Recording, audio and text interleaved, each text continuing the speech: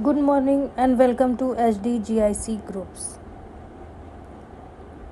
आज हम पढ़ेंगे क्लास 12th में हिंदी का 6 चैप्टर भाषा और आधुनिकता। इसको लिखा है जी सुंदर रेड्डी ने। सबसे पहले हम लोग इनके साहित्यिक विषय और जीवन परिचय के बारे में जान लेते हैं। श्री जी सुंदर रेड्डी का जन्म वर्ष 1919 में आंध्र प्रदेश में हुआ था। इनकी आरंभिक शिक्षा संस्कृत एवं तेलुगु भाषा में हुई व उच्च शिक्षा हिंदी में। तो जी सुंदर रेड्डी का जन्म 1919 में आंध्र प्रदेश में हुआ था और इन्होंने जब अपना शिक्षा आरंभ की तो इनकी आरंभिक शिक्षा सिर्फ संस्कृत और तेलुगु भाषा में ही हुई। बाद में जब इन्होंने उच्च शिक्षा प्राप्त की तो वो हिंदी भाषा में प्राप्त की।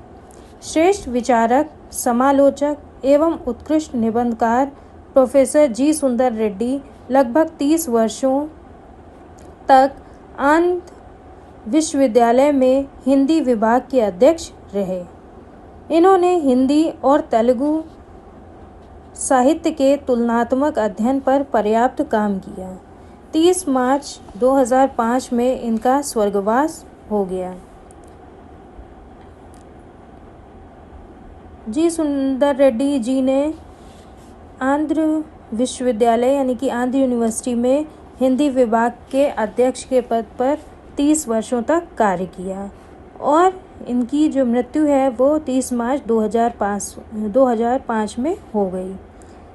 साहित्यिक सेवाएं: श्रेष्ठ विचारक, सजग समालोचक, सशक्त निबंधकार, हिंदी और दक्षिण की भाषाओं में मैत्री भाव के लिए प्रयत्नशील, मानवतावादी दृष्टिकोण के पक्षपाती प्रोफेसर जी सुंदर रेड्डी का व्यक्तित्व और कृतित्व अत्यंत प्रभावशाली था। डॉक्टर जी सुंदर रेड्डी एक श्रेष्ठ विचारक थे, समालोचक थे, निबंधकार और इन्होंने बहुत सारी हिंदी और दक्षिण भाषाओं को मिलाकर बहुत सारी रचनाएं लिखीं। ये हिंदी के प्रकांड पंडित हैं। आंध्र विश्वविद्यालय में स्नातकोत्तर अध्ययन एवं अनुसंधान विभाग में हिंदी और तेलुगु साहित्यों के विविध प्रश्नों पर इन्होंने तुलनात्मक अध्ययन और शोध कार्य किया है। हिंदी भाषी प्रदेश के निवासी होते हुए भी प्रोफेसर रेड्डी का हिंदी भाषा पर अच्छा अधिकार है। इन्होंने दक्षिण भारत में हिंदी भाषा के प्रचार और प्रसार में महत्वपूर्ण भूमिका निभाई है।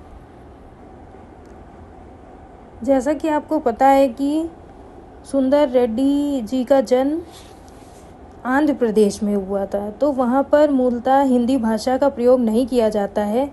फिर भी प्रोफेसर रेड्डी का हिंदी भाषा पर अच्छा अधिकार था और इन्होंने दक्षिण भारत में भी हिंदी भाषा का बहुत ही ज़्यादा प्रचार और प्रसार किया है। अब है इनकी कृतियाँ। इनकी अब तक 8 ग्रंथ प्रकाशित हो चुके हैं। इनकी जिन रचनाओं से साहित्य संसार परिचित है उनके नाम इस प्रकार हैं। पहला है साहित्य और समाज, दूसरा है मेरे विचार, तीसरा है हिंदी और तेलुगु एक तुलनात्मक अध्ययन, इसमें दोनों भाषाओं की तुलना की गई है। चौथा है दक्षिण की भाषाएं और उनका साहित्य, पांचवा है वैचारिकी, छठा है शोध और बोध, सातवां है वेलग्यू वारुल, ये तेलुगु की रचना है, आठवां है लैंग्वेज प्रॉब्लम इन इंडिया, ये एक ग्रंथ है जो कि अंग्रेजी भाषा में लिखा गया है। इसके अतिरिक्त हिंदी तेलुगु तथा अंग्रेजी पत्र पत्रिकाओं में इनके अनेक निबंध प्रकाशित हुए हैं। इनके प्रत्येक निबंध में इनका मानवतावादी दृष्टिकोण स्पष्ट रूप से परिलक्षित होता है। तो इन्होंने बहुत सारी पत्र पत्रिकाएं भी लिखी हैं और इनके जो निबंध जो हैं वो उसी पत्र पत्रिकाओं में संपादित होते थे, प्रकाशित होते थे और इन्होंने मानवतावादी दृष्टिकोण को अपनाया है। भाषा शैली: प्रोफेसर जी सुंदर रेड्डी की भाषा शुद्ध, परिष्कृत, परिमार्जित तथा साहित्यिक खड़ी बोली है। जिसमें सरलता, स्पष्टता और सहजता का गुण विद्यमान है। इन्होंने संस्कृत के तत्सम शब्दों के साथ उर्दू, फारसी तथा अंग्रेजी भाषा के शब्दों का भी प्रयोग किया है। इन्होंने अपनी भाषा को प्रभावशाली बनाने के लिए मुहावरों तथा लोकोक्तियों का प्रयोग भी किया है। तो जो इनकी भाषा है उसमें मतलब शुद्ध है, खड़ी बोली है और इसमें बहुत ज़्यादा सरलता और स्पष्टता भी है। इसमें संस्कृत के शब्दों का भी प्रयोग हुआ है, उसके साथ साथ उर्दू, फारसी और अंग्रेज़ी भाषा के शब्दों का भी प्रयोग हुआ है। और इनकी भाषा में या इनके रचनाओं में मुहावरे और लोकोक्तियों का भी प्रयोग किया गया है। इनकी जो शैली है वो विचारात्मक, समीक्षात्मक, सूत्रात्मक, प्रश्नात्मक शैलियों का प्रयोग इन्होंने अपनी साहित्य में किया है। अब हम आते हैं इनके हिंदी साहित्य में स्थान क्या है वो देखते हैं। प्रोफेसर जी सुंदर रेड्डी हिंदी साहित्य जगत के उच्च कोटि के विचारक, समालोचक एवं निबंधकार हैं। इनकी रचनाओं में विचारों की परिपक्वता, तथ्यों की सटीक व्याख्या एवं विषय संबंधी स्पष्टता दिखाई देती है। इसमें संदेह नहीं है कि हिंदी भाषी क्षेत्र से होते हुए भी इन्होंने हिंदी भाषा के प्रति अपनी जिस निष्ठा व अटूट साधना का परिचय दिया है वो अत्यंत प्रेरणास्पद है। अपनी सशक्त लेखनी से इन्होंने हिंदी साहित्य जगत में अपना विशिष्ट स्थान बनाया है। तो ये हम लोग पहले भी जान चुके हैं कि वो हिंदी भाषी प्रदेश के निवासी थे, यानी कि आंध्र प्रदेश में उनका जन्म हुआ था। वहाँ पर प्रायः हिंदी भाषा का प्रयोग नहीं होता है, वहाँ तेलुगु भाषा का प्रयोग किया जाता है। लेकिन इन्होंने हिंदी में उच्च शिक्षा प्राप्त की और हिंदी में ही इन्होंने आंध्र विश्वविद्यालय में कार्य किया और उन्होंने वहीं ये मतलब बहुत सारी रचनाएं भी हिंदी भाषा में ही लिखी, जो बहुत ही ज़्यादा प्रेरणास्पद है कि वो हिंदी भाषा क्षेत्र के ना होते हुए भी उन्होंने सब अपनी जितनी साहित्य ज़्यादातर है वो सब हिंदी भाषा में ही लिखा और इस वजह से उनको हमेशा हिंदी साहित्य जगत में याद किया जाएगा। अब हम आते हैं इस पाठ के सार के बारे में जानते हैं, जो है भाषा और आधुनिकता। तो लेखक ने इस पाठ में क्या बताया है वो हम जान लेते हैं। भाषा परिवर्तनशील है। लेखक कहते हैं कि भाषा में हमेशा परिवर्तन होता रहता है। भाषा परिवर्तनशील होती है। परिवर्तनशील होने का अभिप्राय ये है कि भाषा में नए भाव, नए शब्द, नए मुहावरे एवं लोकोक्तियाँ, नई शैलियाँ निरंतर आती रहती हैं। तो लेखक का मानना है कि भाषा परिवर्तनशील होती है, यानी कि उसमें चेंजेस होते रहते हैं, उसमें नए नए शब्दों का प्रयोग, नए नए भाव, नए नए मुहावरे, लोकोक्तियाँ ये सब आती रहती हैं।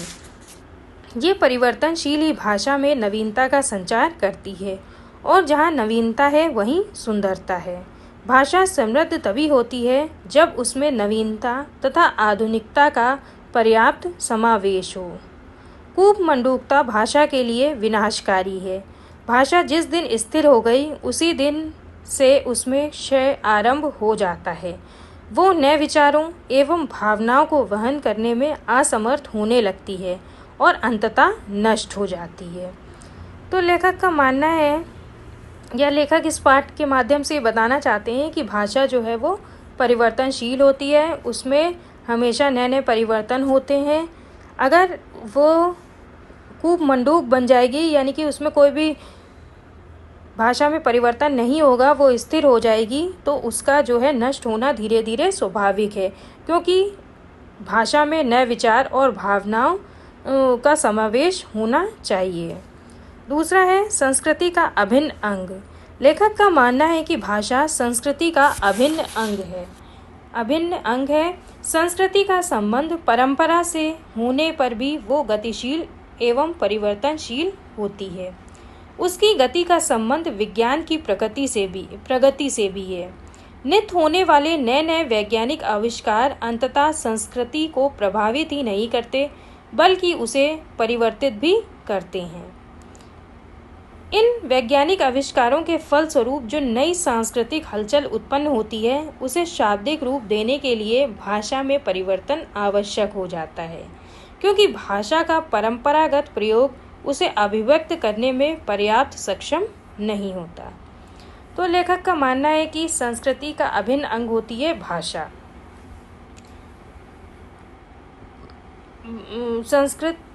संस्कृति जो भी हमारी है उसका जो एक अंग है वो है भाषा, जो कि बहुत ज़रूरी है।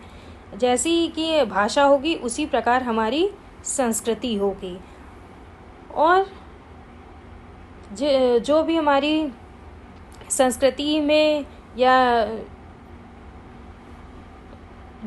संस्कृति में नए नए आविष्कार होंगे, वैज्ञानिक आविष्कार होंगे, वो संस्कृति को प्रभावित करेंगे और संस्कृति को भी प्रभावित करने के साथ साथ वो हमारी भाषा को भी प्रभावित करेंगे। इसीलिए हमारी भाषा जो है वो परिवर्तनशील होनी चाहिए, जिससे कि हम अपने भावनाओं को अभिव्यक्त ठीक ढंग से कर सकें। भाषा में परिवर्तन कैसे संभव है? लेखक का मानना है कि भाषा को योगानुकूल बनाने के लिए किसी व्यक्ति विशेष या समूह का प्रयत्न होना चाहिए। हालांकि भाषा की गति स्वाभाविक होने के कारण वो किसी प्रयत्न विशेष की अपेक्षा नहीं रखती, लेकिन प्रयत्न विशेष के कारण परिवर्तन की गति तीव्र अवश्य हो जाती है। भाषा का नवीनीकरण सिर्फ कुछ पंडितों या आचार्यों की दिमागी कसरत ही बनी रहे तो भाषा गतिशील नहीं हो पाती। इसका सीधा संबंध जनता से एवं जनता द्वारा किए जाने वाले प्रयोग से है।